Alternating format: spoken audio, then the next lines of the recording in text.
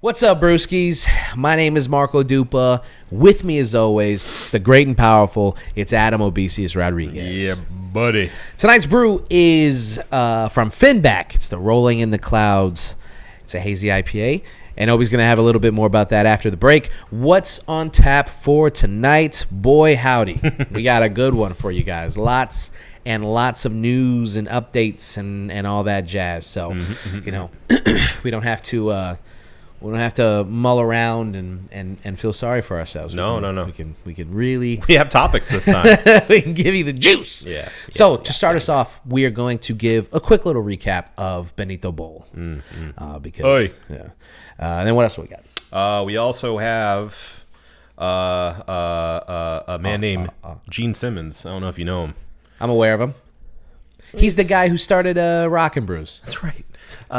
Famous entrepreneur, Yeah. Gene Simmons. He will sell you anything. He's known for a few things. One of which is rock and roll. Mm-hmm. The other of which is saying stuff that he probably shouldn't be saying. And lo and behold, he went ahead and said something he probably shouldn't have been saying. Always does. About the Rock and Roll Hall of Fame. We'll have thoughts on that. And then after that,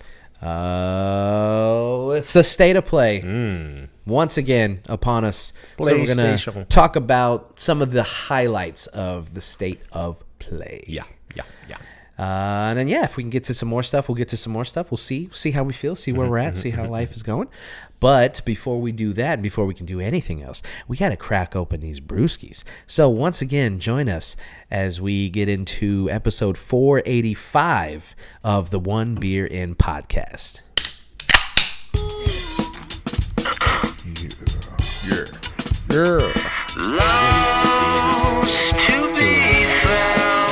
Oh, yeah. No, we have to start thinking about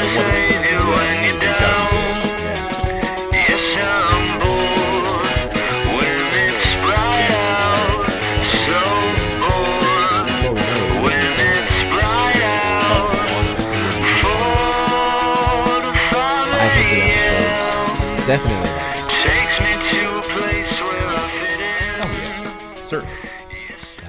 That's only beers we've done on camera. Yeah. Imagine all the countless others. I had a few small beers today. Yeah. Just a few small beers. All right. This is the One Beer In podcast, the podcast where two brews crack open a brew, and we see where that one brew takes us. I'm Marco, that's Adam, and he's going to tell you a little bit more about what we're drinking tonight. I sure will. This is from Finback. It is the Rolling in the Clouds Hazy India Pale Ale. It's a hazy IPA with Citra, Mosaic, Columbus, hops. They don't say hops, but those are all hops. 7.1% ABV. And we have a tiny read on the side here. It's brewed and packaged by Finback Brewery. That is in Queens, New York. Queens get the money. That's all we got. But I've actually did a little research on these guys in the seconds we had before recording, and it seems like people like them a lot. Cheers to that. All right.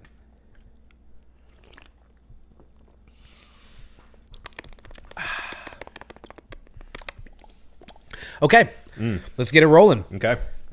Benito Bowl. Yeah. Baboni. We had the pleasure of watching the Super Bowl together. Yep. We haven't watched the Super Bowl together in a couple years, right? I think so. Did we do last year? I think we missed last year. We were together for Rihanna, I think. Then that was like 2-3 years ago. Yeah. You are correct, sir. Yeah. We watched Benito Bowl together. We can kind of just get the game out of the way. Sucked. Snooze fest.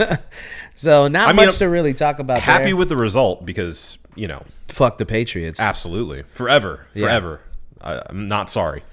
But yeah, boring. Yeah. Brent was talking about how, he doesn't really care for sports, so he didn't care about watching the game, but he did want to look up the score because he's such a non-sports guy. He didn't know how to just go to ESPN and look up the score. Yeah.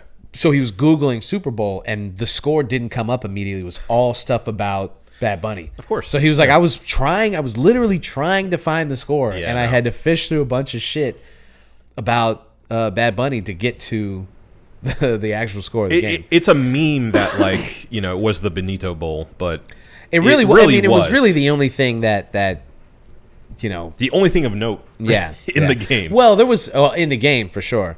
I think the whole presentation, the show itself, just man, there is. I mean, we could spend the whole podcast unpacking Super Bowl Sunday. Yeah.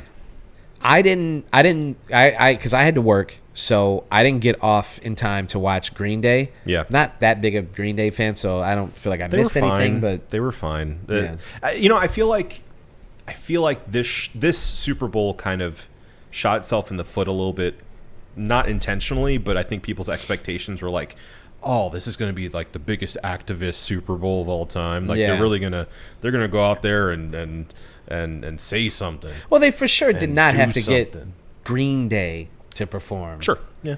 Yeah. But they're like safe, white, rock band.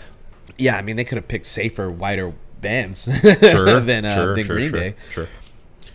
They were courting controversy. Was it a decision based on location, even though that's not usually a factor because they're in California? I don't think so. Okay. I refuse to believe they could have got the Chili Peppers. They're all just walking around in California. Sure. Famously. Yeah. By the way, did you hear the snippet of Flea's new album? He covers "Thinking About You" by. I saw that and I scrolled past it because I was like, "It's great." I don't know if this is going to work out. I don't know if the whole album's going to work out. It's an idea. I mean, clearly a incredibly talented musician, Right? Obviously, he's playing bass and trumpet, and then he's employing a bunch of different musicians to help with the other fill stuff. it out. Yeah. But apparently, he's like obsessed with Frank Ocean. He like really, really likes him, and Not alone really there. likes "Thinking About You." Yeah. Ooh, nah. Mm-hmm. All right, I'll check it out. Yeah. So Green Day opened, then Charlie Puth, and then who sang "America the Beautiful"? I don't know. Brandy Carlisle. That's Brandy Carlisle. right. Yes, Brandy Carlisle. And They then- got a lesbian. And then we had to sit through the game a little bit. And that blew. half the game. Ugh. And then we got to Benito Bowl. But before we talk about the Benito Bowl, Yeah. let's talk about the commercials. Okay. Let's just talk about the commercials for a little Yeah. bit. Because that's one of the things that people always, I'm just here to watch the commercials. By the way, I'm Here starting we go. early. Here we starting go. early. All right. The sports ball thing. Yeah. I know we've talked about this on the podcast a little bit. Yeah. And Go sports. I just hope they all have a good time. the Super Bowl is when it really gets kicked into high gear. And I don't know if millennials, just don't understand that it's not funny and it's never been funny. And in 2026, it's really not funny. Yes. You're allowed to relieve yourself of the cringe. You don't have to keep doing Yeah, it. yeah, it's fun. Like, the thing is, if you want to be cringe, whatever, dude. But there are just certain things where, like, you don't have to do this. You don't have to do it. You don't have to be the guy who's sitting in the corner, only cheering for commercials. Just a sports t-shirt. Yeah, you don't. I'm imploring my generation. It's over. to just stop. It's over. The joke is run dry. It's dead and buried in the ground. Yeah. As we all soon will be. right. You just don't. Jesus Christ. Sorry. It's just feeling ways. Okay, man. It's been a tough year already. Podcast, Yeah, it's fine. we're having a good time. We're having a good time. We're here for a remember good back time. in the game? Here Back for- in the game. game. Oh, Freudian slip, my friend. Damn, Brandy Carlisle. it's that gay programming, Yeah, man. yeah, I yeah. watch the TV and The all I see agenda. is the gays. The agenda's gotten you. Ay, ay, ay. Yeah, so let's just I think hopefully anybody who listens to this, let's just all collectively put it to bed. Yeah. It's a bad joke. It's never been funny, and it ran its course 10 years ago. Yeah. And the fact that people said, I posted that meme on Instagram, and I still got people who are like, oh, yeah, sports ball, am I right? And I'm like, I hate you. I hate you. Yeah. Yeah. I mean, you can only go so far by like doing the reverse kind of what's the word I'm looking for? I don't know. Irony. The reverse irony thing only gets you so far because half the people, especially of our generation, are going to read that authentically and be like, "Oh, he's doing the joke." Yeah. I know that one. Yeah. It just, I think I deal with it a lot because of the industry that I'm in, and I'm around the people that I'm around who don't really like football in particular and sports in general. Got into beer because they don't want to be in sports. Right. They don't care about sports. They don't work at sports bars. They work at breweries. Right.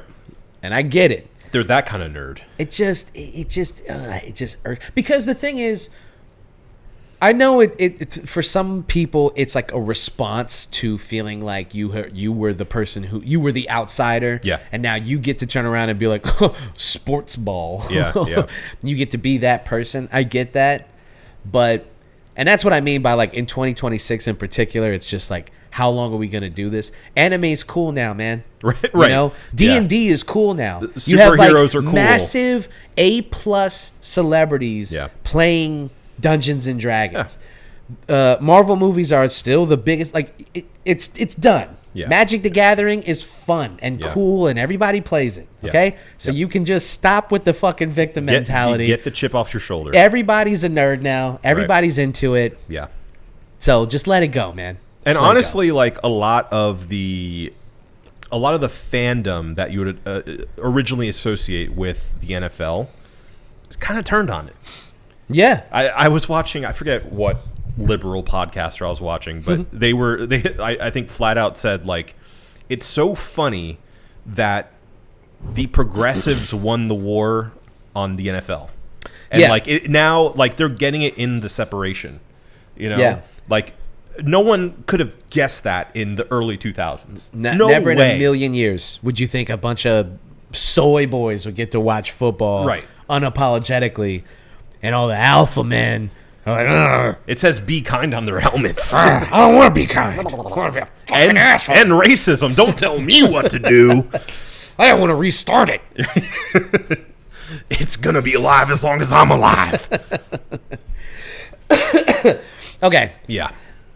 So that sets the table for us, at least. Yes. And people were saying like, oh, Bad Bunny's going to come out in a dress. He's going to perform in a dress. Yeah, that was a thing for. I think he mentioned that he might do it. I think that's probably where that came from. Even if or he was just like, I don't care. Maybe I will. Maybe I won't. Even if he didn't, the fact that he has worn a dress to perform before, was enough for conservatives to lose their minds. Yeah. Even, completely preemptively, I should say. Yeah. And a lot of the response that we've seen to his actual performance, was so clearly pre-planned and canned ahead of time. Oh, yeah. Because 1,000,000%. The outrage is just like, did you watch it? Yeah. Do you understand how silly you sound right now? Because it's not coming from a genuine place of watching it and not liking it. Right. They were already going to not like it. Correct. No matter what happened. Yeah. Unless he went out there and brought out like Jelly roll? Yeah. But wait. I mentioned we were going to talk about the commercials first. Oh, then we'll sorry. get to Benito. Sorry. They were that forgettable to me. And awful. Yeah. Well, the thing that I was talking to Sherry about before the Super Bowl actually happened was, like, we tend to watch GMA. That's our morning show of choice. Yeah. And the hell was that?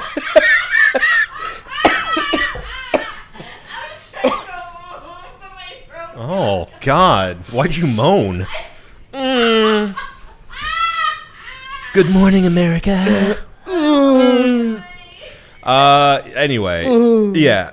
So we watched GMA, and like for the full week before the Super Bowl, they're like, we have a preview of the next big commercial from Budweiser. It is really hyping it up. It's not, but the thing is, doing that, having the like sneak peek of the commercial, or actually showing the full ad beforehand, completely takes away the spectacle of it. Yeah. It doesn't make it special anymore. Yeah. It's like opening your gifts before Christmas. Mm-hmm. And I'm talking about ads, by the way.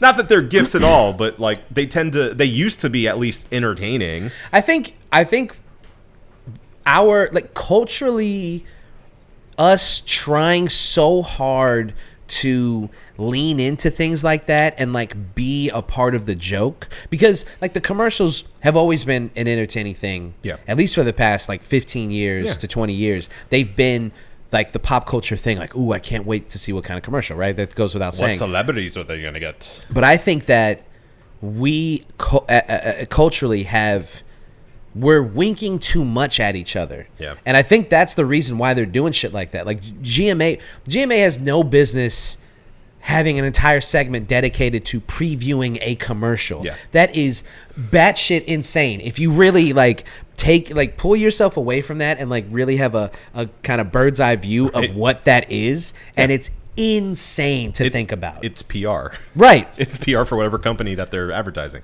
And we just didn't do stuff like that. Like it was the surprise was who was going to be the next big celebrity in something, or what kind of clever commercial was going to come up with. And I mean, the commercials have kind of been bad for the past at least 5 years. Yeah. But this year in particular, they were like exceptionally bad. Yeah.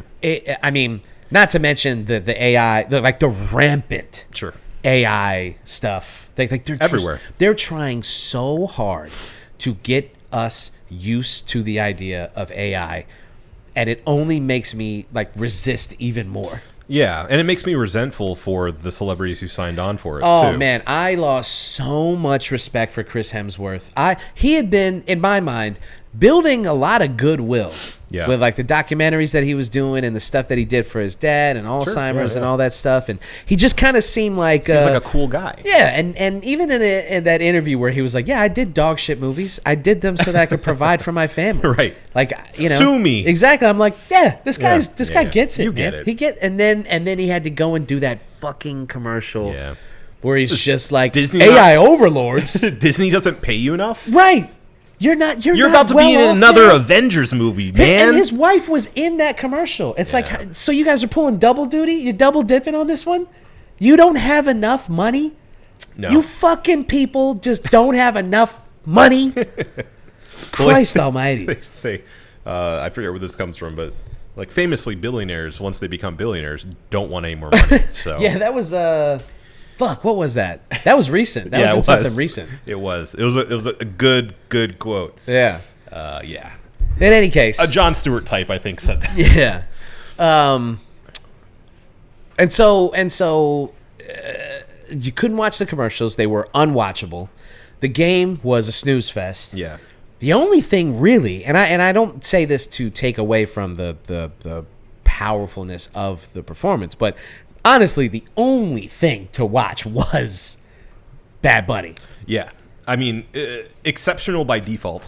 Yeah. I think is appropriate to say. But I will say, and mind you, take my opinion with a grain of salt, because I'm very personally attached to the culture of Puerto Rico, and I'm very proud to see it represented in that way, and I think very well. Actually, like I said immediately following the performance, I'm like, oh, thank God. Yeah. Because I was really genuinely like a little bit on pins and needles, because I knew how much I think unfairly was weighing on his performance as far as like the perception of Puerto Ricans specifically, but also like all of Latin America. Yeah. And everyone that was sort of represented, by default with his performance. Yeah.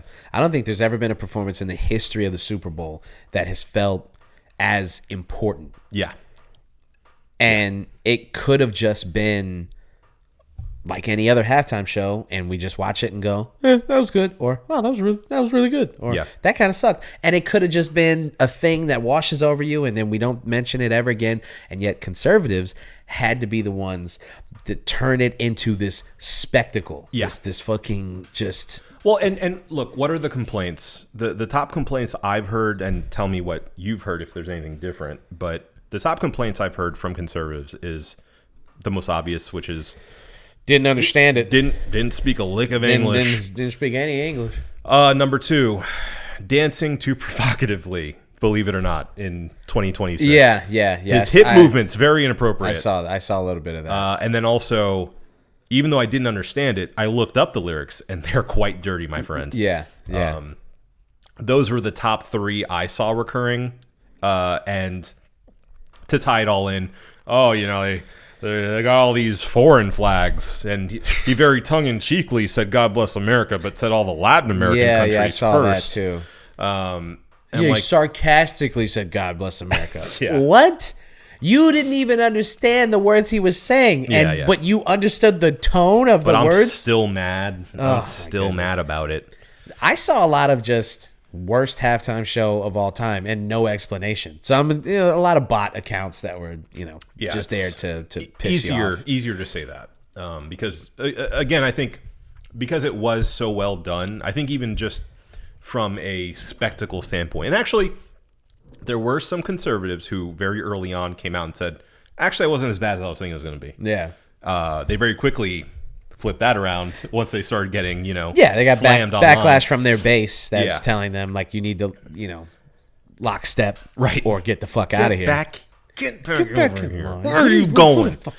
But I think that's very telling. It's telling that it was a good performance. Yeah. Like, regardless of if you speak a lick of Spanish or not, it was well done, well performed. Yeah. And I don't think there's any denying that. It may not be for you. I don't think everything is for everyone. Yeah. But I think it went pretty well. Okay, all right. Now we can be objective about this because we're not fearful, hate mongering degenerates. Yeah. We can actually speak for yourself. Right. Sorry. I forgot about all the turtles you were killing. Degeneracy, yeah. Let's judge it on its merits. Yeah. The show itself. How did you feel about the actual show, the halftime show? I mean, I loved it, and I think it helped that I have some knowledge about the history of Puerto Rico and the culture of Puerto Rico. Mind you, I've never been. Do you hear how I talk? But just being around the culture and reading about the culture and the history of the place gave me insight into what Benito was kind of portraying within the show. Yeah. So, that made me very proud to see it on such a big stage because I feel like so often, Puerto Rican history isn't really taught because it's ugly as far as America goes specifically. So I think pairing that message with ass shaking and entertainment, I think was a very smart way of going about it.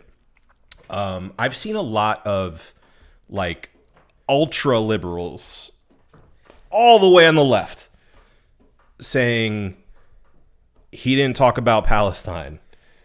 He didn't, say fuck ICE. He didn't do this and that. Yeah.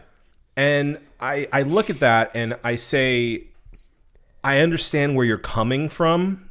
I understand that to you, this is all bread and circus, but this doesn't have to be about everything. Yeah. There's a lot going on. Yeah. And everything that all of the references that I picked up on, all the stuff that I had to do research on, everything that he was doing for that show, it's like, dude, well, okay, he was going to just shoehorn in, some watermelons or something. Like, what was he supposed to do? Right. I know that that's few and far between, so I'm not going to get too worked up about it, but it also is just like anybody who has that kind of attitude, it's like, dude, he can't be everything to everyone in every moment. Like he used his platform to talk about something that was near and dear to his heart that is also a super important issue that needs to be spoken about. Yeah. We got to pick our moments. Yeah. Yeah. I think it's silly to expect him to cover every geopolitical issue. And I understand they would think that's a cop-out, but that's the truth, baby. He can't cover all of it in a 15-minute show. There's just no way. And I think he covered a lot. He did. He covered a lot in that one spot. And I think the approach of it being more about love than his disgust or hate for the current administration was extremely deft. Yeah. And I think really the only way to go about this on that big of a stage, because not only did it allow people in that ordinarily wouldn't be in because their defenses are already up, but it also allowed it made it so that the people who were set out already to hate it didn't have a leg to stand on. That's why they all look so stupid right now. Right. Because what was his message? His message was love over hate. Togetherness. We're in it together. Love is more powerful than hate. And they look like psychos. Right. Hating No, that. just straight up, it's like, it's crazy. It's crazy to take the stance of, it was a bad show and it was divisive. It's like, how you and it goes back to your point of like, there's no way you watched it and your criticism is that it was divisive. Right. If you watched it and didn't like the show, sure, that is valid. That's a valid. Sure. You don't have to like it. You don't have to like it. But to say something like it was divisive is just factually untrue, because the whole show was about bringing people together. Yeah. That the whole concept, right. Not the whole concept, but that was one of the concepts of the show. Yeah. Was togetherness. So to even fix your face to be like, he's trying to separate us, it's like, that's literally the opposite of what he was doing. Yeah. So that criticism is crazy. And Him I saw speaking that Spanish is divisive. That was enough. I think people don't really. I mean, maybe hopefully people will at some point be able to kind of look back and maybe see how dumb they look and how incredibly racist they look, or maybe we're just too far gone and maybe people are excuse me, just locked in forever. Yeah, I mean, like Trump sharing that thing with the Obamas, and they were like, God. Are you going to apologize? And he was like, I got nothing to apologize for. I didn't do anything wrong. He said, I didn't make a mistake. Right. He didn't say, I didn't do anything wrong. They're like, are you going to apologize? I didn't make a mistake. Right. And there's no follow-up to that. It's just like, yeah, that's okay. it. And that was it. And we're done now. Now we've moved on, because we've got so much fallout happening from the Epstein files or the lack thereof, the Schmepschmeem schmiles. The redacted Schmepstein schmiles. That we just have to move on. We have to move on from the President of the United States sharing a racist meme about his predecessor. We have to just move on from that. Yeah. But anyway, I digress. Yeah. What do you think? What do you think as a non-Puerto Rican, how the show went, and how would you reflect on it? Well, number one, I'm incredibly offended that you would say a non-Puerto Rican. How dare you? I'm sorry. By the way, you're a different batch of Puerto Rican. I was cooked in a different oven. It's true. He did shout out Guyana. He did? He did. I missed that. Yeah. They had the Guyanese flag. Oh. Yeah. So it was just everything in the Caribbean. It was the Caribbean, it was South America, it was Mexico, and it was North America. Oh. Yeah. I missed it. Yep. I missed it because I was just too distracted. You're not on TikTok anymore, but I saw a TikTok of a Guyanese family celebrating. Oh, that's nice. Yeah, they were very happy about it. That's nice. So. It's fun to see, when you talk about representation, like it is fun that, like, anytime I see the flag, I'm like, I'm like Leo in the that's cool. Yeah. As far as the show is concerned, like I just wanted to hear chambea. I needed it, and he didn't do it, and it kills me. Yeah. But the rest of the show was dope. I mean, it's funny that Bad Bunny is the artist that everyone's getting so worked up over, because he's like such a inoffensive, like fun artist. Like if you just take his music at face value. Yes. What he's doing recently, and like him speaking out and not touring in the US, and like being, I mean, he is now really, really using his voice as an activist, and really, really put his money where his mouth is. He's advocating. Yeah. But his music, it's fun. It's fun. It's just a good time for the most part. I mean, I know the latest album's more, reflective. But I also think that like the latest album is like, the activism comes from the music itself, and all of the like touchstones that he uses to tell the story. Yeah. But lyrically, it's still mostly love and hooking up with girls, and like going to the VIP, and like he's having a good time. I mean, that's what a lot of it is. I'm not trying to denigrate it in any way. I love Bad Bunny. I'm just saying, like, lyrically, it's not like he's not like Puerto Rican Zach De La Rocha or anything. Sure, You know what I'm saying? Like it's not that.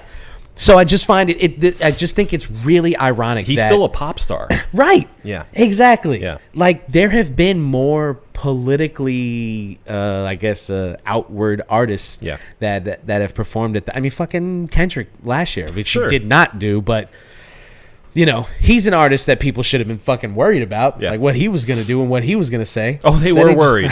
Well, some people were. They were worried until the PDF files were. Yes, they were very worried until they found it. They found out that the next artist wouldn't speak English. Yeah, right. Then they forgot all about that, so they didn't care. So yeah, I thought it was a great show. Thought it was a great show. Yeah. I mean, you know,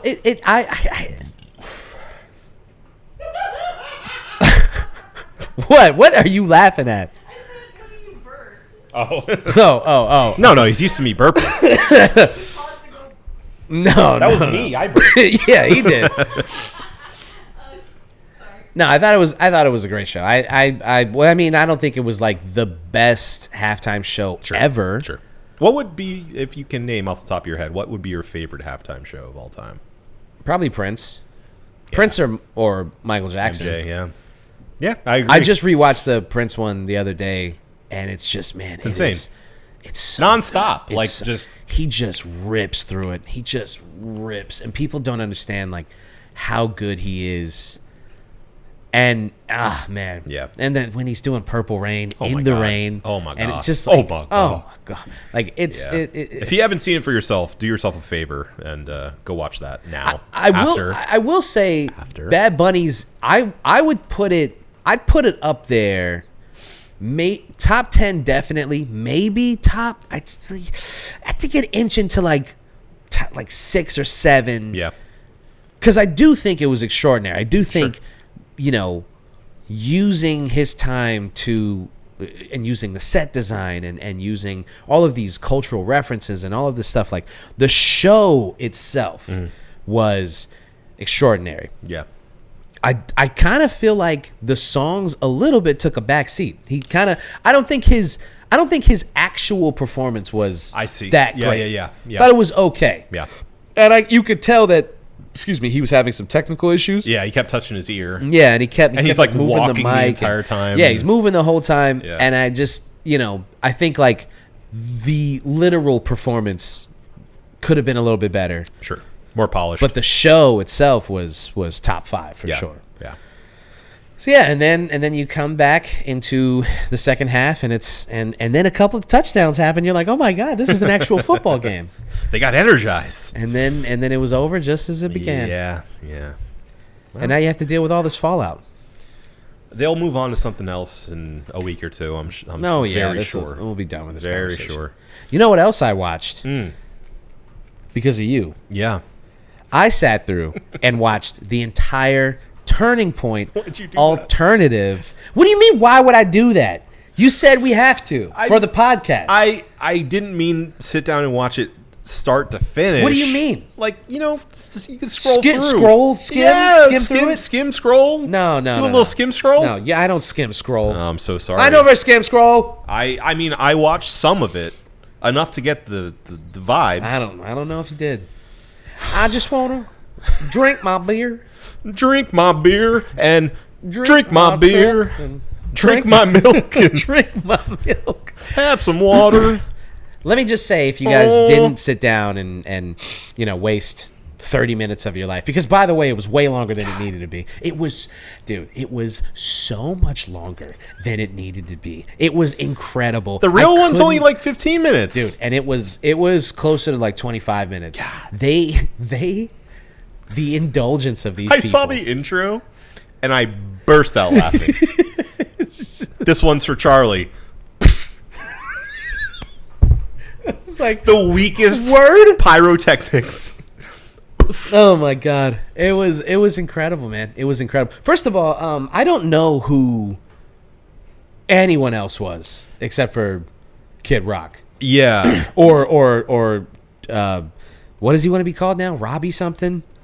Oh, his actual name. He's going by his government name now? He's going by a version of his government name. See, this is why you should have watched the whole fucking thing. I'm so sorry. No, I saw them introduce him as his like name, not Kid Rock. So they did Kid Rock first. He went out and did Ball with a Ball. And then he came out after with the did the country song. And I'll say this for that. I'm watching it, right? And I'm listening to it, and I'm thinking, if Kid Rock wasn't Kid Rock, and he started off as that guy, he'd be just another pop country. Like, the song wasn't so offensively bad that Rob Ritchie, I think his name Rob is Ritchie, now? yeah. His real name's Robert James Ritchie. Okay, he's going by Rob Ritchie. Rob Ritchie, now. yeah. This was like his coming out party. Yeah, I guess that's his like country alternative. Yeah. Which is when he doesn't want to perform Ba with a Ba. It's just like, bro, first of all, you should have done this years ago. Sure. You will always be Kid Rock. Yeah. I'm sorry. You have a song where you announce your name very loudly. It's Ball with a Ball. My name is Kid. Let me tell you something. Ball with a Ball is not that bad. Yeah. Well, no, it kind of fucks, right? It kind of fucks. And that is why he became so big when he did. Get in the bed and try to love someone. Yeah. With a ball to bang the bang. Song kind of fucks. Yeah. But he sucks now. He sucks now. And I was watching another podcast that talks more politically, and they brought up a good point that I had always kind of intrinsically known but didn't really put my finger on, which is they gravitate, the political right gravitates in America to figures like Kid Rock. Yeah. Because they are sucked in this nostalgia hole. Because intrinsically, conservatism is all about nostalgia. It's a yearning for a yesteryear that was better. It's never pushing forward. It's always looking back. That's why it's not progressive, right? Right. It is something that yearns for a time that was better than today. And we're going to get back to that time eventually. Yeah. This mythical time when, things were so much better and so much simpler. And what you don't realize is it never was that good. And you can never go back, right? That's the truth that we learn as human beings, is there's really no going back to your, that golden period in your life. You have to continue forward. Time marches on. And because they're so trapped in that sort of memory hole, they bring out, it's like the WWE. Yeah. They drag out their 70-year-old stars. Oh, yeah. And they're like, do it again. Yeah. Do it again. And they can't do it anymore. Right. And that, or they have continued in a path that makes them so much worse than they were when they first came out. Ba with a Ba is never going to sound as good as it did when it first came out. No. Kid Rock is never going to sound as good as he did when he first came out. Well, and because he's a terrible human being, number one. Yeah. It's like if he had maintained any semblance of who maybe he always was a piece of shit. He probably was. But. Well, and his entire shtick is completely fake. I don't know if you people at home know this, but Kid Rock grew up wealthy. Yeah. Wealthy. Yeah. He grew the up whole thing is in a big old home with a wealthy family that owned multiple car dealerships. like most of them do. Right. And he put on an affect that made him seem like this, homegrown Detroit. Because he's this white guy in Detroit. And it was still novel for white guys to be walking around with high top fades. Yeah. Yeah. And then he gets famous because of that. And that's what always happens. They get famous because of that shit. And then immediately they're like, oh, now I get to go and do the thing that I've actually wanted. The shtick is over. Let me. Yeah. I don't want to play with you anymore. Yeah. Oh, what a ball, bang, diggy, diggy. Awful stuff. Yeah, Awful stuff. Can you is there any way for you to quickly pull up who performed at Turning Point? Because I'd like to know the names of these guys. Who performed? Because before Kid Rock, first of all, he got announced by 4 dudes who I don't know who they are. I don't understand why they were so important, because they announced him twice. They're like, ladies and gentlemen, our boy Kid Rock, and they they cut to him, and then he does the terrible lip syncing, which he said, I didn't lip sync. It was just pre-recorded. It's pre-recorded. And it's like, it was pre-recorded? What were you doing that day?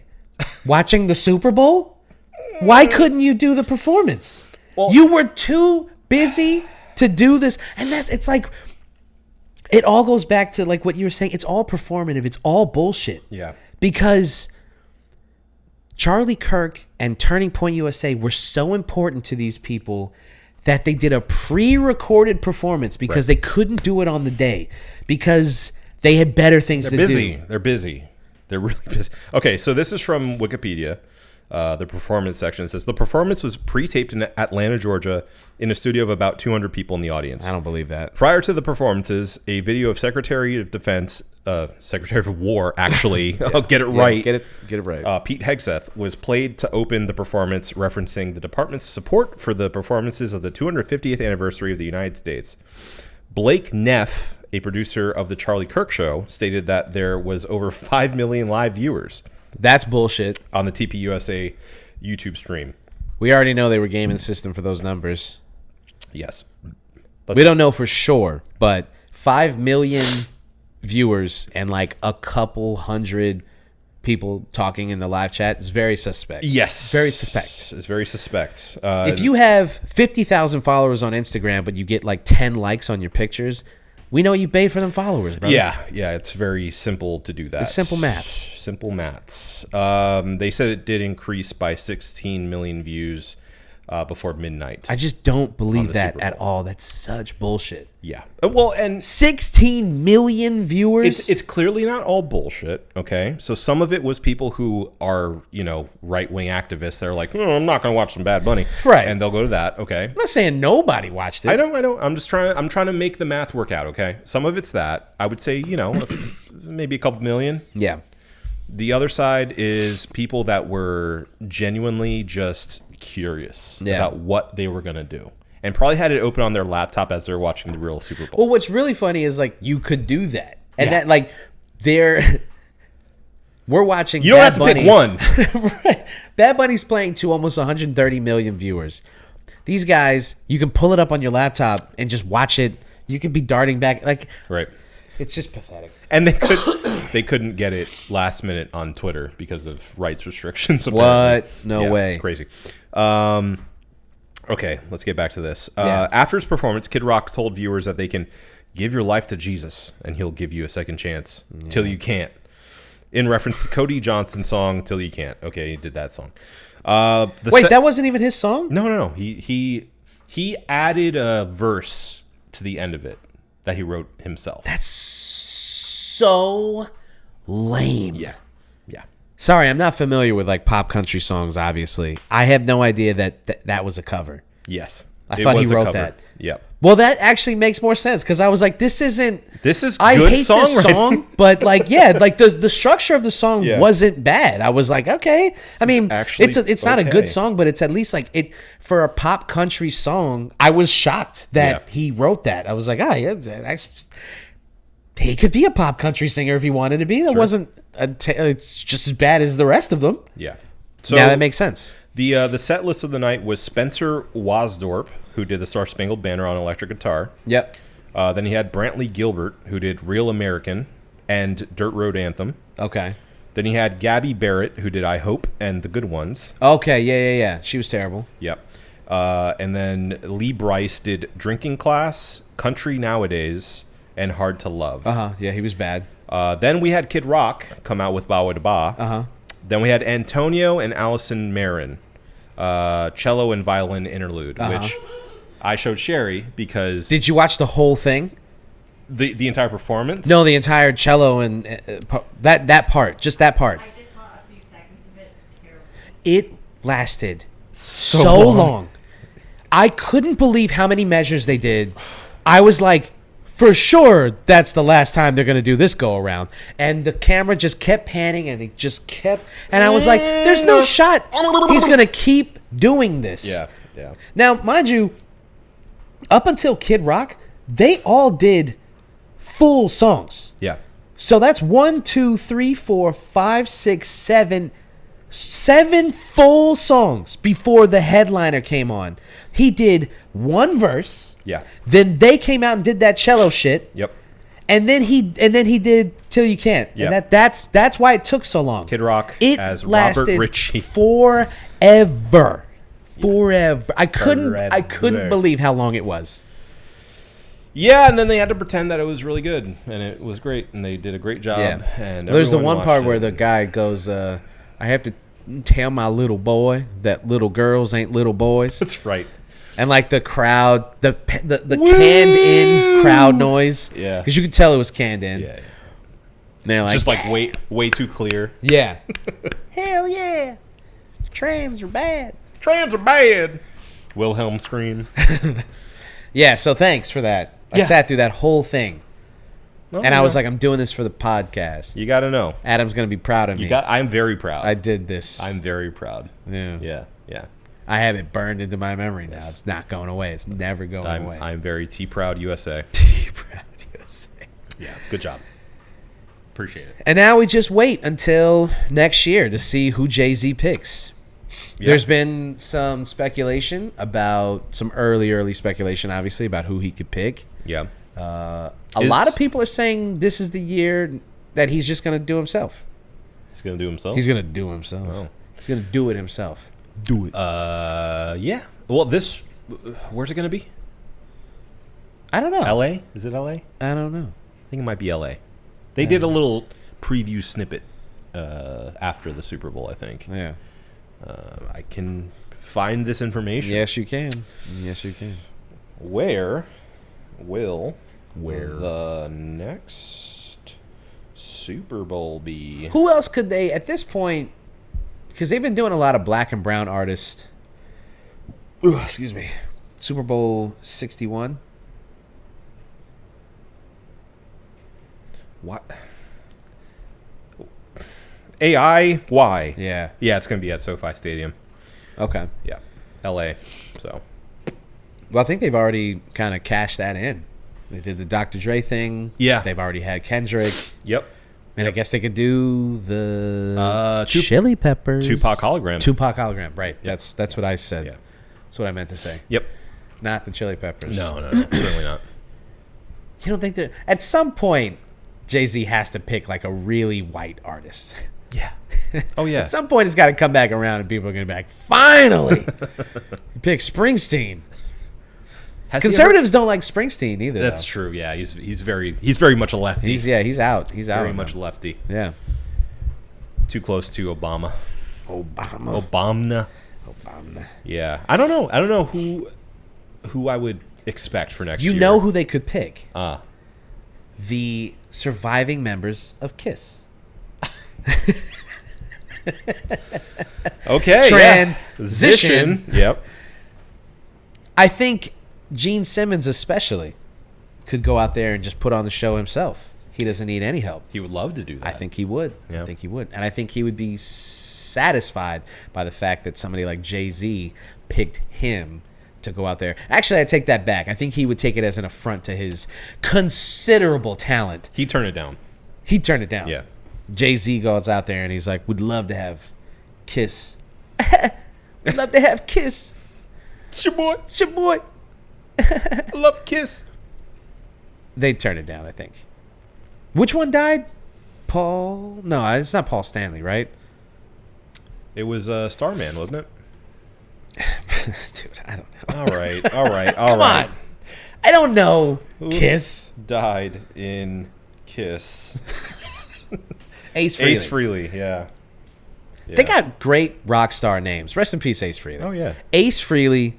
Paul. Wait, maybe did I make up Paul Stanley? Is that a name? No, Paul Stanley. Okay. Yeah, Paul Stanley's a Gene real Simmons and Ringo Starr. Man. Yes.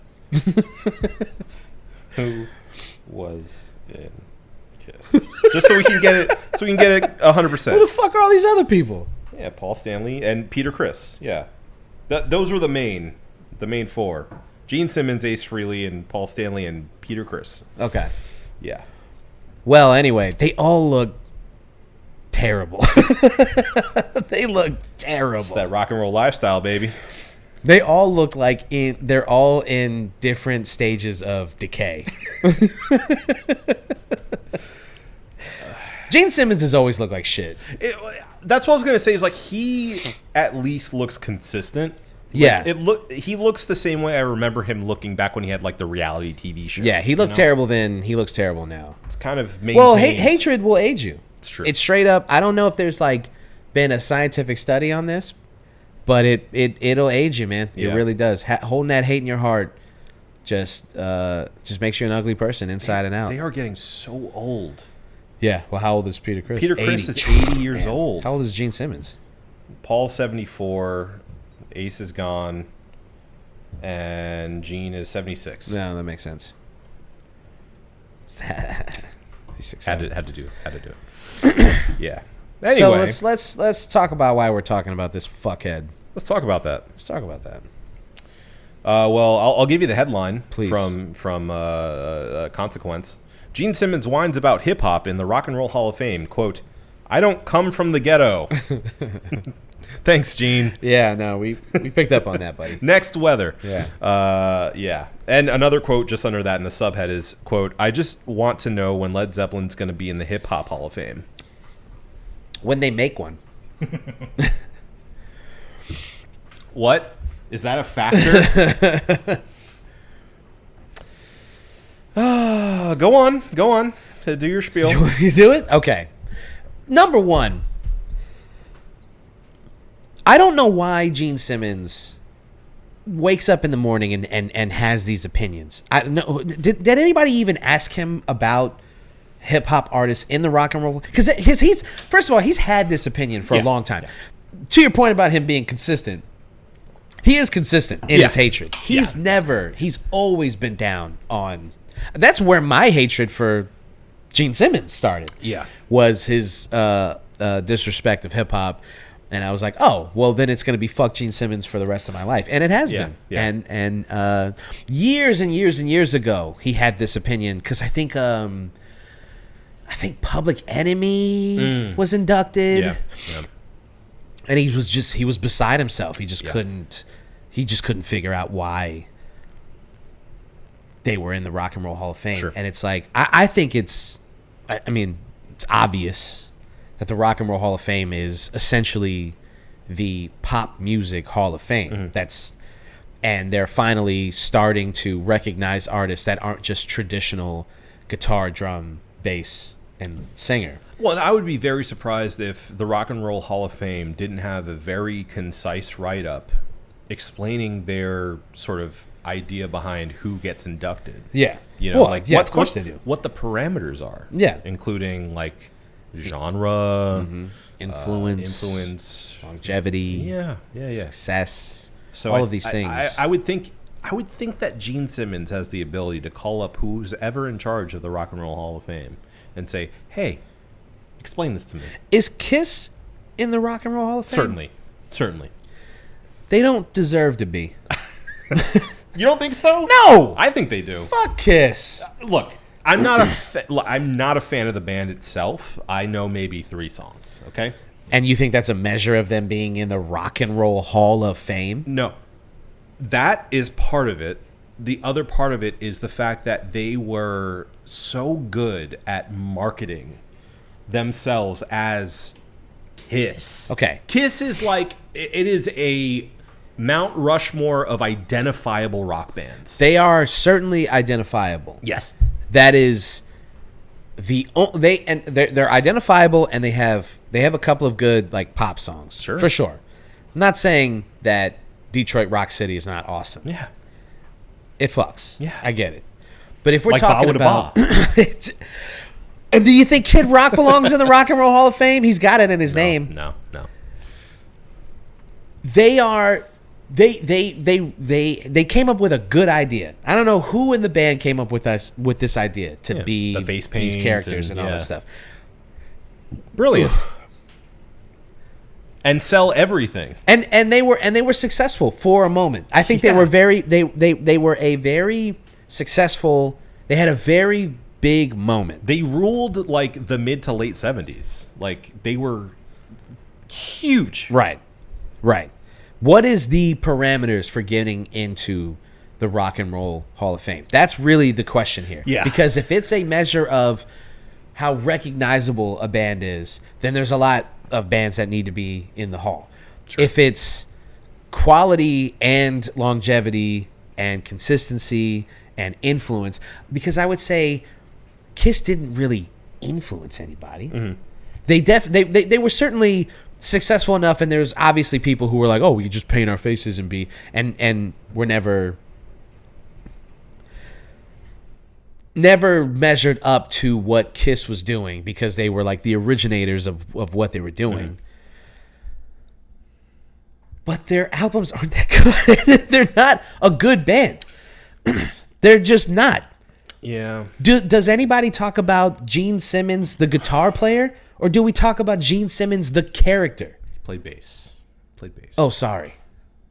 The bassist, guitar. He's maybe What? the most outspoken bassist. They're usually pretty quiet. Yeah, he probably should shut the fuck up. I think he needs to shut the fuck up. I think more of the band would have told him to do that, and I'm pretty sure they had a bit of a falling out.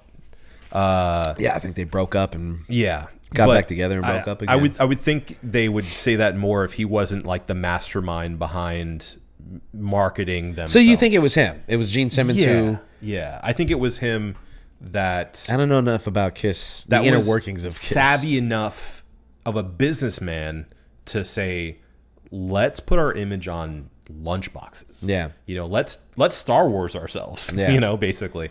And I think that's what made them as big as they became. I think I'm tired of being sad about... Just in general. Yeah, I'm just tired of being sad. Yeah, same. I'm just tired of being sad about, people like Gene Simmons disrespecting, a genre like hip hop. And so like with the Benito Bowl, I'm really happy and proud of him, and I'm really happy that he chose love over hate. Mm-hmm. But I'm just so angry. I'm just so angry about everything that's going on, and You want a little more hate? I don't want more hate. And I know that it's not good, and I know that it's dragging me down. You want to hate back.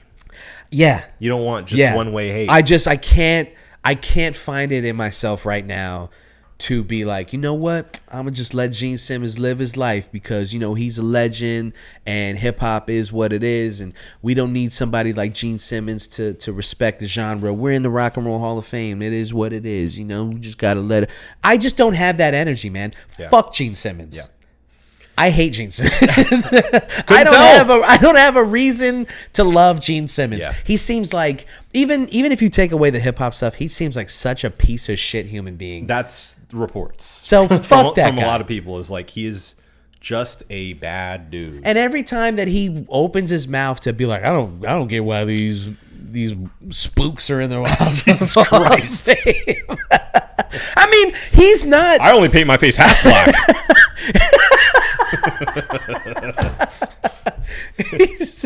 he's so close to just saying it. It's like, just say it. I'm not from the ghetto. What the fuck does that mean?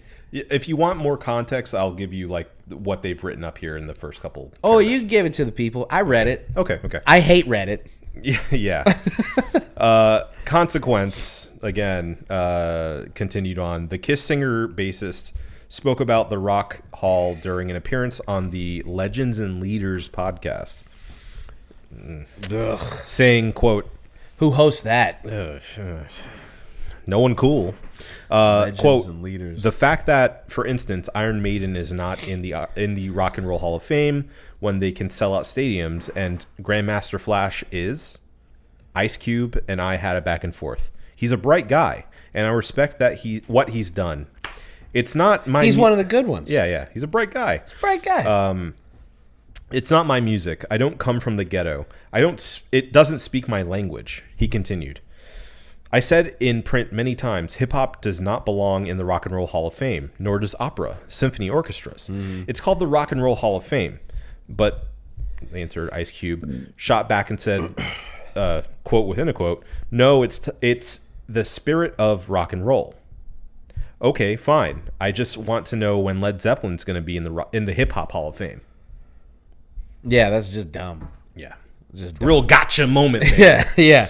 They always think that how come there's not a white entertainment television? Sure. It's the same When's idea. White History Month? Yeah, it's the same feeling. It's like, I mean, black people create a genre. It gets stolen from them. This Rock and Roll Hall of Fame gets created. They put your dumb ass in it. And then you turn around and you want to gatekeep and you're like, it's not my music. Okay. Who made Gene Simmons the arbiter of the Rock and Roll Hall of Fame? Yeah. Does he run it? Does he like vote in it? I think if he did, he wouldn't be complaining so much. Right.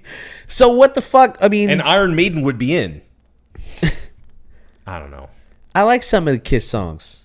What the fuck does he know about the Rock and Roll Hall of Fame? Yeah. I will agree that it is crazy that Iron Maiden's not in.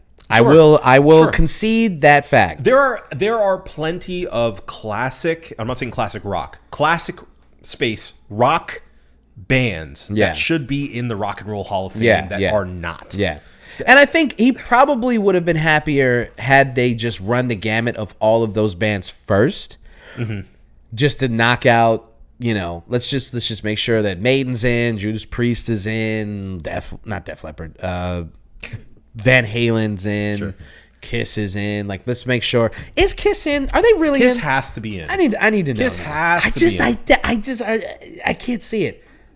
I can almost guarantee. But they have to be in because his complaint would be, how come I'm not in there? Yeah, and yeah. they are. So they have to be in. Of course. I'm not even going to look it up. They have to be in. Yeah. And it's easy to be inside the club. And then what is that noise? Oh. Oh my god. Oh my god. She's still screaming at you in her sleep. I know. They were inducted in April of 2014. Man. So it's been a while. Good for them. Yep. Kiss. All right, let me just say, if you've listened this far, I can also concede that Kiss is they were good. I'm not gonna lie. I like Kiss. I'm just so angry you came with back to Gene Earth. Simmons that I was like, I saw red for a second, but like I can also concede that Kiss is awesome. Yeah, I mean, iconic. Kiss is iconic. They are. A lot of people, when you say rock and roll, they think Kiss. And I think that's all you need when you're getting into the Rock and Roll Hall of Fame, baby. I will say, I stand on the fact, I do think they're overrated. They certainly are. A lot of their appeal comes from things outside of the music itself. Yeah. And I think that was really the only point that I was trying to make. And in my anger, I couldn't get there. It's okay. It's all right. But that's really what it is. Yeah. He was inducted by Tom Morello. Or they were, I should say. And what do you think he thought of that? He probably has that. Are they locked arms? They're in locked arms. So why does he like Tom Morello? I don't know if he does. He may have just been comparing it. That's why he's looking away. Hey, buddy, you don't rap, do you? Might as well get the fuck off me. Or maybe his whole thing is just like it's not enough, guitar and bass, and if all the rappers just had a band. He doesn't need to invoke the ghetto when he's talking about it. I don't know why he needs to go there. And I do know why, because he's a racist. Yeah, that's why. Yep. He probably doesn't see it that way. But no, of course not. It certainly comes off like that. I think he probably was just saying, like, yeah, I mean, I'm not. I'm like, it's a fact. I'm not from the ghetto. Hip-hop I don't is understand this just music. About ghetto stuff. I don't know if he even understands like how old it makes him sound to be like, I don't get it. I'm not from there. It's not my language. I don't understand. There it goes. Well, I will say we were at an hour. We did make it. If we had committed to an hour, we made it. All right. Well, we'll get through. Yeah, I mean, what do you want to do?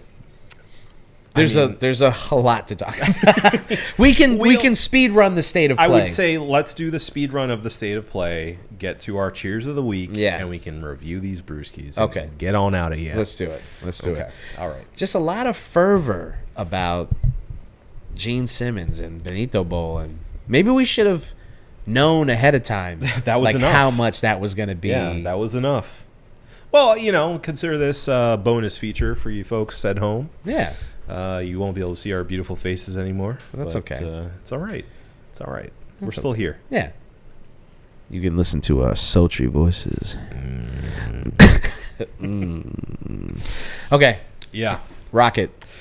All right. So we had the state of play from PlayStation. If you're not familiar, it's a little segment they like to do from time to time where they talk about what is coming out for the PlayStation game console. Mm-hmm. You don't have to look at the camera anymore. I can't help myself. I'm gonna sit back. I'm gonna relax. So unbutton, change my posture a little bit. Yeah, it's fine. It's fine. Who gives a shit? Okay, so just for announcements' sake, something that was rumored for a while that they've officially announced coming out this year is the Metal Gear Solid Master Collection Part 2. Yeah. Rumored because the first one was Part 1. Yeah. So they're like, well, there must be if more. We're using our brains here. Yeah. So this is notable because if you're a old head like I am, you grew up and at some point the PS3 came out and so did Metal Gear Solid 4. Metal Gear. And it never went anywhere after that. It has been stranded on the PS3. Yeah. Since it came out. No other way to play it. Yeah. It's even difficult from what I understand. I would never do it myself. To play on PC. Because the PS3 was infamous about how it was made. Yeah. So you can't even emulate the games without going through hell. Yeah. To figure it out. So this is very exciting. Even though the game is old, it's very exciting that people will finally be able to play Metal Gear Solid 4 without having a PS3. I've been wanting to replay Metal Gear Solid 4 forever. I beat it one time.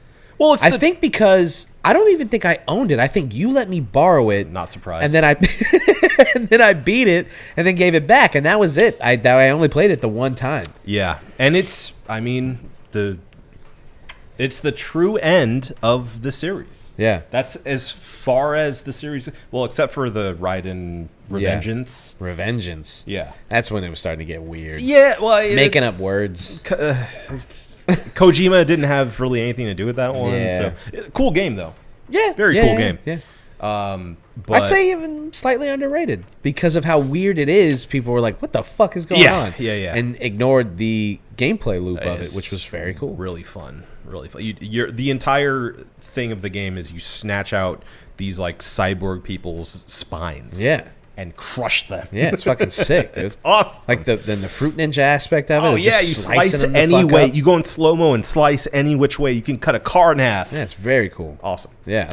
But yes, so this is announced, which is very exciting, and it also has Metal Gear Solid Peace Walker. Metal Gear. Which is essentially a prequel to Metal Gear Solid 5. Yeah. Directly. Yeah. The gameplay is very similar, but it's not a big open world like Metal Gear Solid 5 is. So It's awesome that you can now play these on a modern console very soon. So very excited for that. There was also a new Silent Hill announced with a trailer, Silent Hill Townfall, which I used to be in Silent Hill, and then I completely fell off. Yeah. Because, frankly, there were too many of them. Yeah. And they stopped numbering them. And I was very much a surface level fan. Yeah. So once the number stopped, I stopped. I will say, naming conventions are important. Mm-hmm. And when I'm trying to come up with an album title, for instance, I'm always thinking about should I continue a series that I've been doing? Should there be a theme here? Should be right. It's important. And when you just do like with Silent Hill or even Metal Gear Solid, to do Metal Gear Solid 4, then 5, but 5's a prequel, Right. and it's like, so now if they ever want to do and 3 was a prequel as well, so you do Yeah. 1, 2, and then 3 is set hundreds of years. 3 is set like what, 50 years before Yeah, 2. Three's in the 50s and Yeah. 60s, I think, and then Peace Walker is just after that, and then 5 is just after that. So Yeah. you get like the 50s, 60s, then the 70s, and the 80s. Right. And then you jump back to 4. Then you jump into the future, the Well, near future. Yeah, and well, I mean, chronologically, you jump immediately to the original games, Yeah. which are 2D. Yeah. Oh, right. You go to Shadow Metal, Moses, the Metal Gear. Metal Gear. You go to Metal Gear. Yeah. And then eventually, after 2 games, you get into Metal Gear Solid, Right. which everyone knows and loves, which is set in the 90s. Right. And then it's chronological from there, basically. Right. And so, yeah, with the Silent Hill thing, it's like, Where are we? Yeah. What are we doing? yeah, I already was like lukewarm on the There's too many mysteries. the story of the games is always really fun to like. Wow, it's super dark, and they came up with that, and like, oh, that's great. But like, I've never actually sat down and beat a Silent Hill game. You know what's funny? I've played multiple of them. I don't think I've ever beat a single one. No, I don't know if it's just because I get bored or I get scared. it's not. It's yeah. It's probably for me. It's a little of both. Yeah. They're just not. I don't really. There's some. I mean, it's well documented. I'm a pussy when it comes to those kind of games. I don't really like horror. I love horror games. I love watching them. I love that they exist. Yeah. I love how they're made. I can't play them. I like games. I can play games with horror elements. Sure. But a straight up horror game, I can't play them. And so that kind of takes that out of it. Because, like, I like it. Like Metal Gear Solid. Not Metal Gear, I'm sorry. Resident Evil is one where, like, that game's hard to get through because it's scary. But at least you can defend yourself. And at least there's fun. There's elements of the game where, you find an AR and you can just go crazy for like there's stuff like that. Speaking of that, I think that's why 7 is so scary for me. Because you can't. I still haven't beaten it. First of all, I'm probably about midway through at this point. Yeah. But the way I'm playing it, it's like so slow because I will do something, I'll get my shit rocked. Yeah. And then I'll go to a save room and save and be like, that's enough for tonight. I'm good now. It's because you're playing it with one hand. Yes. You get the other hand going, no. Yes. Yeah, basically. Covering my ears and eyes at the same time. I play, because I am so affected by the game, I think I play into how you would think a character would play or be in that situation. Yeah. Where I'm like creeping very slowly around corners. Yeah. And then of knowing course, full well you don't have to do that in the game. you can run, it's fine. You can run past a lot of enemies and stuff, but no, it is very frightening. That aspect of Resident Evil is really funny. Like once you learn that all you gotta do is just like Just keep going and run. like, Just run. you'll be fine. Yeah.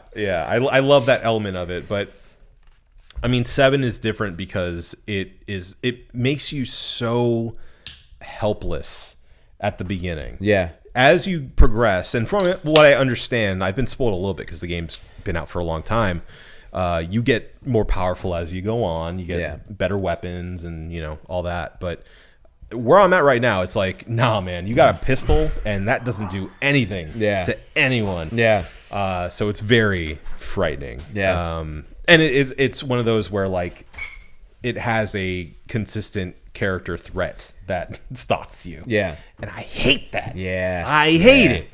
But it's fun. It's still fun. I'm just playing it very slowly. Yeah. All that being said, Silent Hill, a little bit different because I feel like it is scary, yes, but it's also like I think a bit more convoluted than Resident Evil. It's a psychological thriller, and I think a lot of the Silent Hill games it's hard to say that they quote unquote try too hard, but I do think that there's elements of like what are you trying to say here? Yeah. What are we doing? It leaves a lot to the imagination and for interpretation, I should say, specifically. Yeah. So yeah, and mind you, I only played them when I was younger, so maybe I was just too young for it. But, maybe I'll jump into 2 remake eventually. Yeah. It seems like people really like that one. And the newest one, people tend to really 2 like. remake, I think, is probably the best. Well, 4 remake's really good. I say this because I watched them on YouTube. Oh, no, I'm talking Silent Hill. I was sorry. I went back to Resident Evil. I do have 2 remake, and I play a little bit of that as well. Awesome. Yeah. Love it. Also very scary. Not as scary, though, because it's third person. Yeah. That's a big element of it too, man. First person horror games. I'll really put you there. Yeah. It's very scary. Yeah, I can't do it. Very tense. Can't do it. I can't have shit be jumping in front of the screen, man. I can't do it. Yeah, no, it's rough. I think a perfect transition. They also showed a new trailer for Resident Evil. What would it be now? 9? Yeah. 9? We're at 9? We're at 9. Yeah, Resident Evil 9. And it looks awesome. Yeah. I think what they're doing with that's really interesting because it reminded me of it because we were talking about first person versus third person. Yeah. They're giving the option to do both. They're literally making 2 games in one. Yeah. So you play part of it as this new character, a young woman who is the daughter of a reporter that you play as in one of the other games that I haven't played. But in that, because you're literally like a newbie, I think, FBI agent. Yeah. You're essentially Clarice. Yeah. From Silence of the Lambs. And in that portion, it automatically puts you in first person. Yeah. Because inherently, it's scarier in that situation. However, when you're playing as Leon, which is the other character in the game, it's automatically in third person. Yeah. Because he knows what he's doing. Right. And he's been through this many times. Right. And it's reflective in the gameplay, too. You just drop kick Yeah, it's anyone. Resident Evil 4. Yeah, exactly. And it's such... I really hope that the game reflects how cool these trailers have been because I think it's such a great idea to do half the game in this new Resident Evil way and then half the game in the old. It's great. It's the culmination of everything that they've done. Yeah. And I don't know how you make a game after this because it feels like GTA 6 where it's like, what are you going to do after this? Yeah. This has become... it's larger than life. Mm-hmm. What are you going to do? How are you going to top this? Yeah. And mind you, they've tried and failed before. Yeah. 6 was though a commercial success, it marked like the jumping of the shark of the series. 5 and 6 were not very well received. 5 people dug, but it clearly wasn't a horror game anymore. It was an action co-op game. Right. Which people liked. It was fun. Because they just realized like 4 was just so good. And they were what do we people do? really like the action elements of it. Yeah. Let's just make the characters OP. Yep. You'll punch a rock. It's great. Like I'm fine with that though. That's the thing. It's fun. No, 5 was, especially for its time and place, a lot of fun. It was awesome. I don't even really remember 6. I didn't play 6 because I heard it was so bad. Which one was 6? Where's 6 set in? I went back and looked at it, and 6 is... What the hell is so funny? I thought you guys said 6, 7. No. 6 is... What are you laughing about over there? 6 is kind of taking the idea that they have now for 9, but... 9? Why do I you gotta get on the internet. We changed the router. Oh, that's why I don't have internet right now. Fowie. Yeah. But 6 is essentially the bad way to do what they're doing with 9 now. Because you have multiple characters who play differently. Okay. And depending on their situation, it's more horror oriented or it's more action oriented. But apparently it got really confusing and kind of crappy after like the opening portion. I've extensively watched videos about this game. Okay. Never played it myself. But then it all came back together with 7 because they realized we went too far. Let's introduce a new character and make it as scary as possible. And to that aim, I say, good job. Yeah. You did it. But yeah, I actually never. looks never like you played got it. something to watch. I was just about to say. Yeah. But I mean, seven was apparently a complete rework, and they made their new RE engine based off of that. And they're like, we need to start fresh. Yeah. Because what happened with 6, even though it sold well, there's no future in this.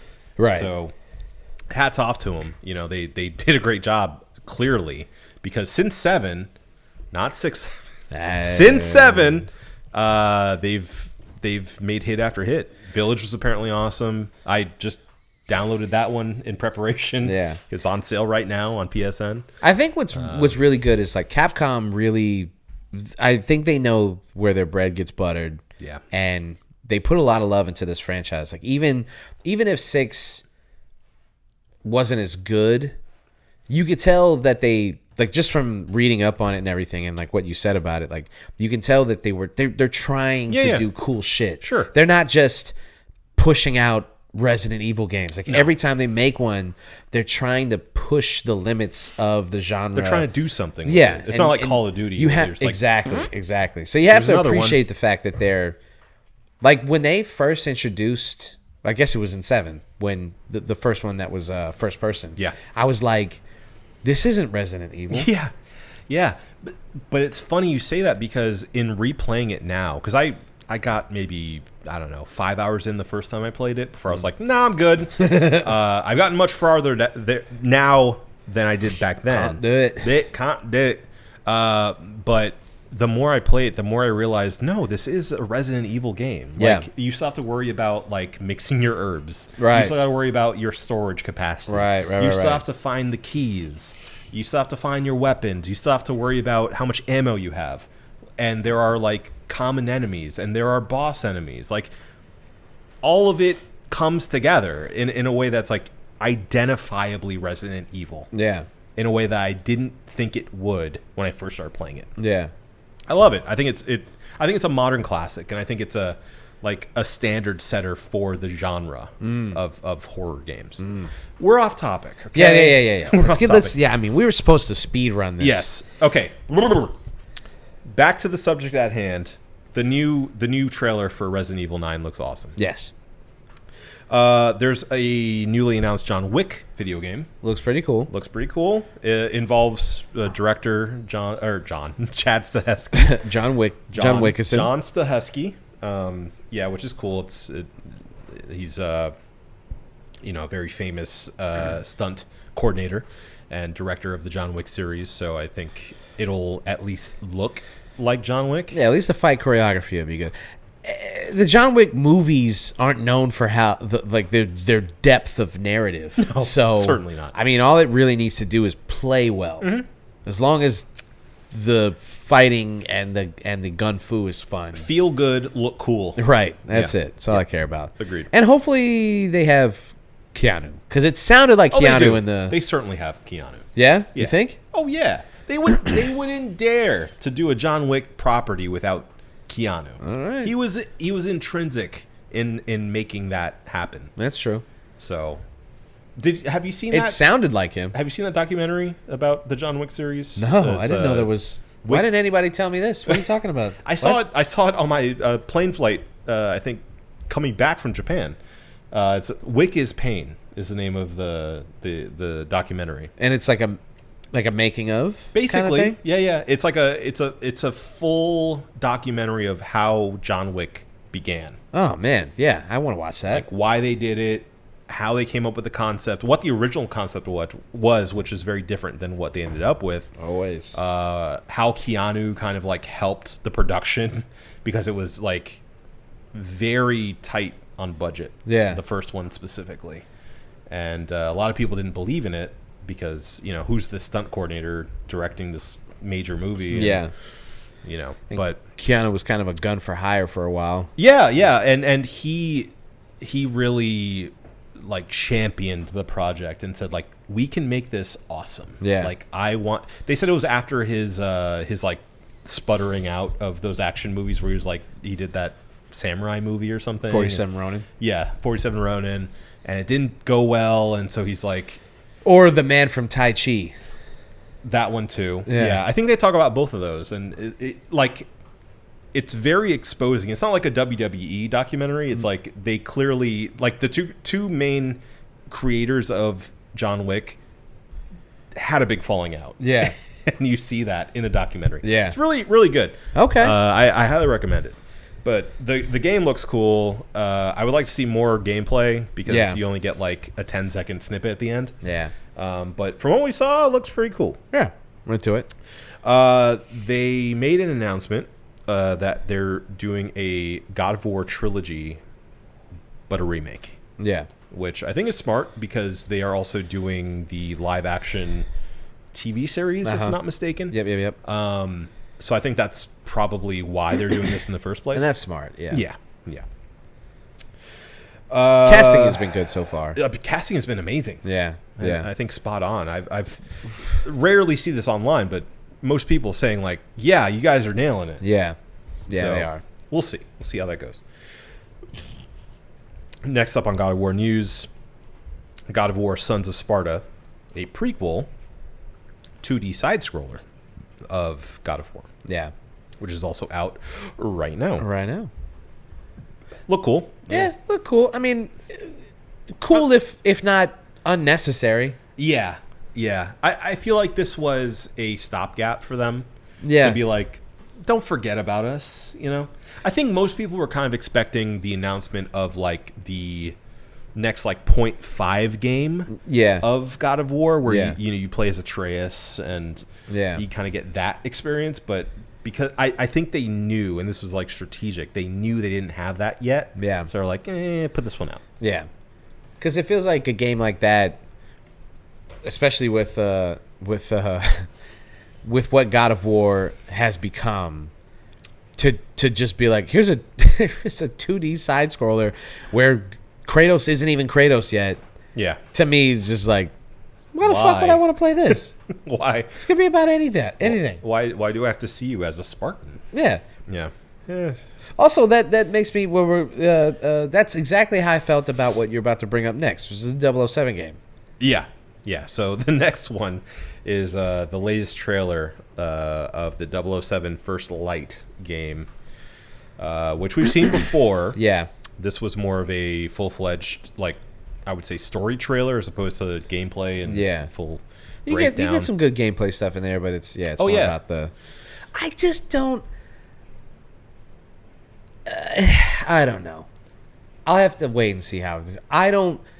To me, it just looks like Uncharted. I just...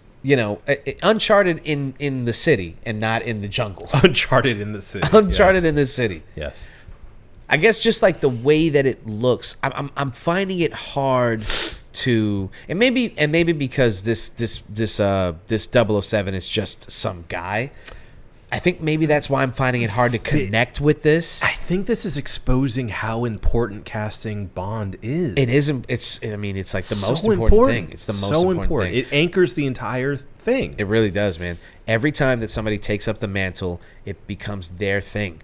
If they made a game about the Daniel Craig Bond, you would have certain expectations. And if they made a game about the Pierce Brosnan Bond, you would have other expectations. Sure. So, like, it is, and if you just take some faceless person, and you make that, and they have to do a prequel because it's like he can't be Bond yet. No. And it's just like, all right, well then, what makes this distinguishable from any other action RPG? Yeah. I think what will pay dividends is in the gameplay itself, because this is the same developer who did the Hitman series. Yeah.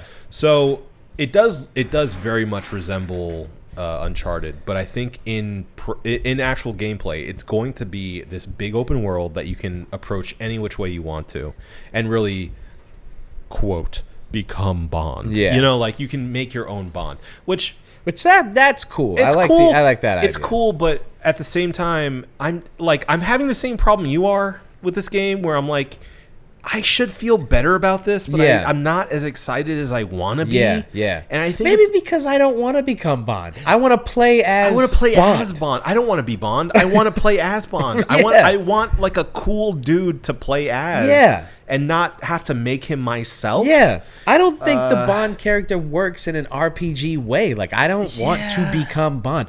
I don't want to do that. I want to play as the character Right. Bond. Yeah. I want to already be cool. Yeah, I think that may be some of the problem for me, and the fact that like the Bond that they have is so bland. yeah.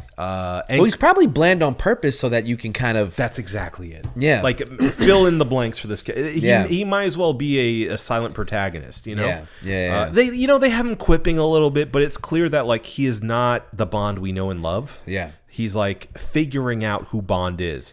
Cool idea. Like I like the idea, but in practice, is it going to work out? I don't know. I don't want to figure. I don't know. out. It looks good. Like I it have a looks good. feeling. I have a really bad feeling that the reason that the Amazon search for Bond has taken so long, outside of obviously the Broccoli family being like, fuck you. Yeah.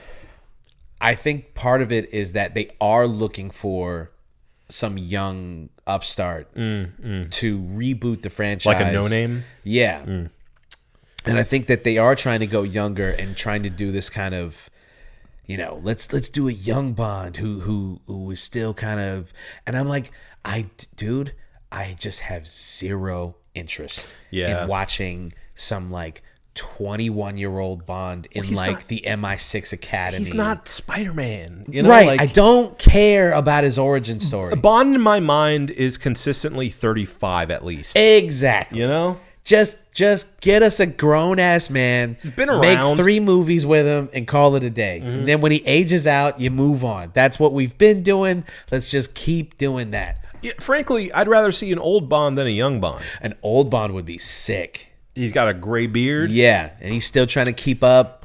He's aged out. He's got these other agents who are like passing him by, but he's got the knowledge of being an agent for as long as he's survived longer than he should have. Yeah. That's probably like a subplot. It's like, dude, you should have died. Maybe he's got years like ago. He's got like a big scar, and we don't know the story behind that the Right. entire time. Like the young MI6 agents are like asking about what's going on. What that is. Yeah.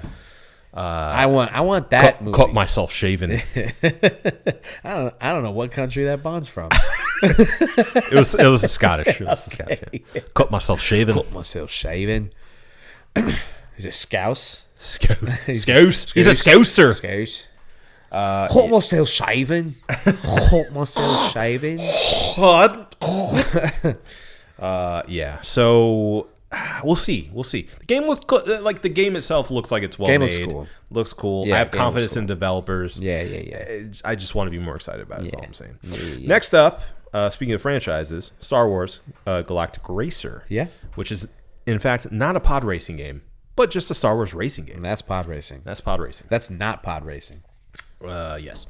Yeah, It's working. It looks cool. It looks does. cool. I put it on this list because I was so surprised by how good it looked. Yeah, I was shocked. I was Yeah. really ready to just be like, I don't play racing games. Right. And it looked pretty fun. There cool. seems to be a little story involved. Yeah. You definitely look like a silent protagonist Yeah. from the Helldiver franchise. Yes. For some reason. I assume you build your own character. Yeah. and- Well, that's yeah. He's gonna be silent, and you can just make him whatever he is. right. And he probably could be any number of alien or whatever. I hope so. Yeah. I want to be a Sebulba. Do you go alien when you can in things like that? No, I'm very, very boring. I do usually a human male. Yeah. I always, no matter what, Yeah. try to make the character look as close to me as possible. Yeah. Always. In most RPGs that allow me to, I try to do the same. Yeah. I wish I had the capacity or the brain that was like, I'm gonna make a goofball and I'm gonna have fun with it. I'm like, Yeah. no, I want. And going back to the Bond thing, an RPG, I do want to. If it's a game where like I want to be in it, I want to see myself in it. Yeah. So I create myself as close as I can, And I'm like, this is what Marco would do if Yeah. he was a knight, Right. or if he was an agent, or if he was a ninja, or what have you. Yeah. Yeah. Yes. I mean, hopefully you can do that in this game. It would be awesome. Yeah, that would be cool. But the game itself looks really good. Graphics wise, like the sense of speed you get in the game, I think is very Need for Speed Underground-esque. Yeah. Hit that And- nitrous and Oh yeah. So everything just starts flowing around you. And good, great game. oh, fantastic. And I feel like they're kind of evoking that in the Burnout series because it looks like you can destroy each other in the Yeah. game, which is a Yeah. lot of fun. So yeah, I mean, I'm excited for it. As somebody who enjoys racing games, I'm already like built in to this audience, but I think it just looks fun Yeah. in general. So excited. I'm with it. I'm excited. I'm with it. Let's see. What else do we have? I think we may have one more. If Twitter will let me get to it. Oh my god. Oh my god. Oh my Oh god. my god. That may be it for the state of play for the things that we wanted to talk about. There were other announcements as well, so feel free to look at the full list. But yeah, I think that's all we got. I think that's all we got for this. Yeah. Yeah. All right. Okay. Well, then let's move along. Okay. Let's move along. Move along. Let's try to get out of here. Yeah. We're 30 minutes past if we can. the battery dying on Yeah, us. yeah. This is all static imagery, but that's okay because you can listen to our voices. True. And you can listen to us give our cheers of the week. You know what time it is. You know what time it is. And no matter how negative things are in the world or how negative that we may get on this podcast, no matter how angry I am and want to throw my laptop at Gene Simmons, we have to end it with the cheers of the week. So, Obi, please, if you would do the honors, start us off. What's your cheers, my friend? My cheers of the week goes to the Bone Temple. Oh, you saw it? I saw it. Hell yeah. So, 28 years later, The Bone Temple, the sequel to 28 Years Later, movie we talked about, had a lot of buzz around it, but also it was box office wise a big disappointment. Yeah. Things did not go well for this movie, and I felt personally activated, like I had to at least give them my $15. You know, like Yeah. I needed the powers that be to know that, like, I, as a single voter here, want more. Yeah. I want the third of this trilogy, this planned trilogy. Yeah. So this movie's been out for a while. I decided to look up movie times and realized locally the only time I'd be able to make was a 9:45 in the morning. So what did I do? I got my ass up. Oh, you better believe it. And I went to the Bone Temple. And And you saw a movie. and then I saw a movie. Let me tell you, I was the only man there. Yeah. But I had a great time. Yeah. I got myself a small what used to be called Sierra Mist. Starry. I got myself a small Starry, which is they give you a cup that is what I like to call a chode cup. Chode. It's very wide and very small. Yeah. Oh, yeah. I know what you're talking about. Because I was like, what is this? I had a lot of alone time in that period. The Bone Temple? In the Bone Temple, pre-Bone Temple actually. I was watching the trailers. Yeah. And I thought about it. I'm like, why are they shaped this way? Is it just to make you feel like you're getting more than you actually are, or is it just some other odd reason? What did you come to? I came to not to the idea, but to, I think, the truth, which is that it's shaped that way because that's the size of the cup holder. It's as simple as that. They have a wide cup holder, I think, to incentivize you to get the large. Yeah. but they don't want you having the smaller cup in there, the reasonably sized cup in there, that you can shake around. True. Because they don't want you to drop it. They want you to get the large, but if you don't, they're like, well, you're gonna get a large cup. I'll tell you that. It's gonna tip over if you don't get a wide ass cup. And it probably had millions of times. Absolutely. So back in the day, they used to give you a regular sized cup. Yeah.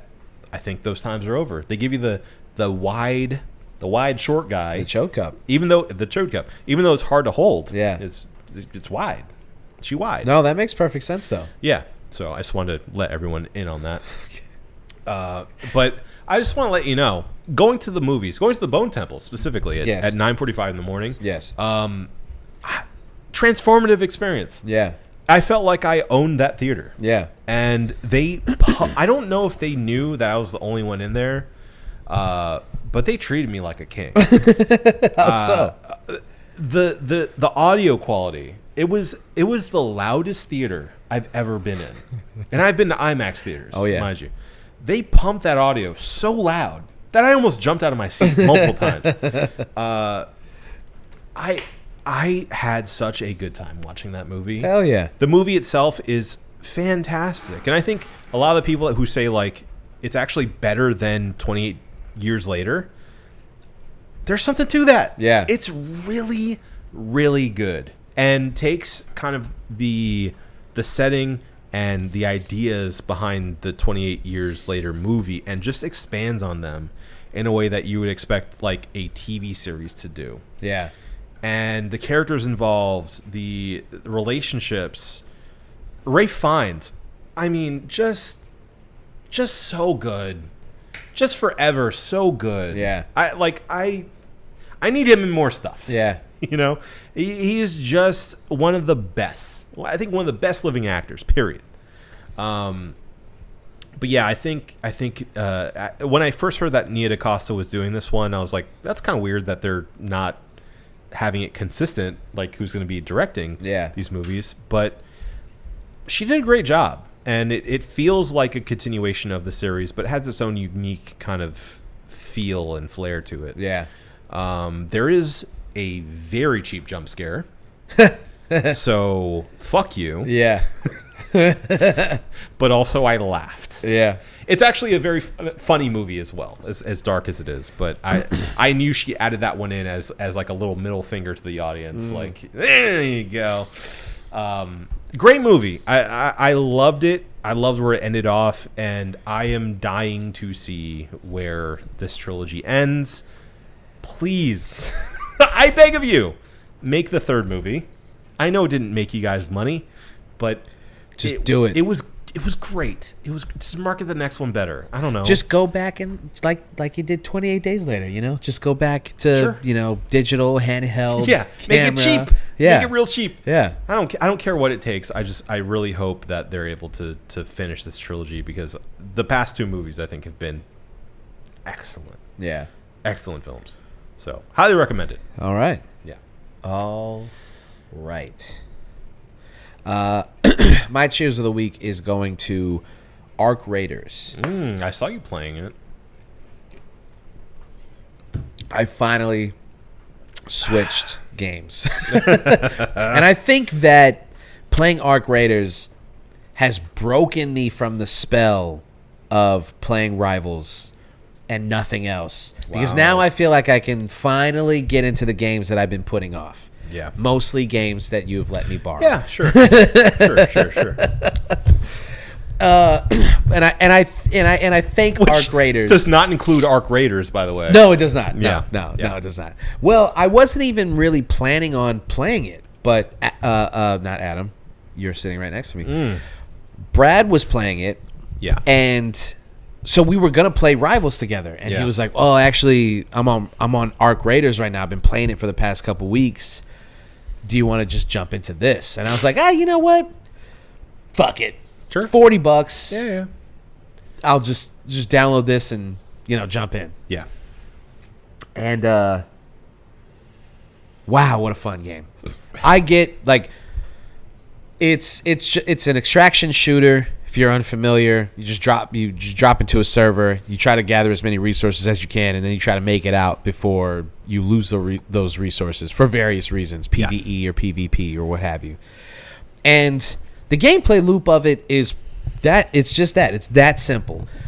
The way that they've kind of designed the game it's just a very satisfying. Like it's way more fun to play in a group because you can just kind of. First of all, you're more protected. Like I tried to play solo, and immediately some dude like dusted me. Yeah. Like as soon as I popped into the map, I like started working on some stuff, and then just get shot in my back. And I jumped on the mic, and I was like, "Hey man, please just don't kill me." And he fucking murdered me.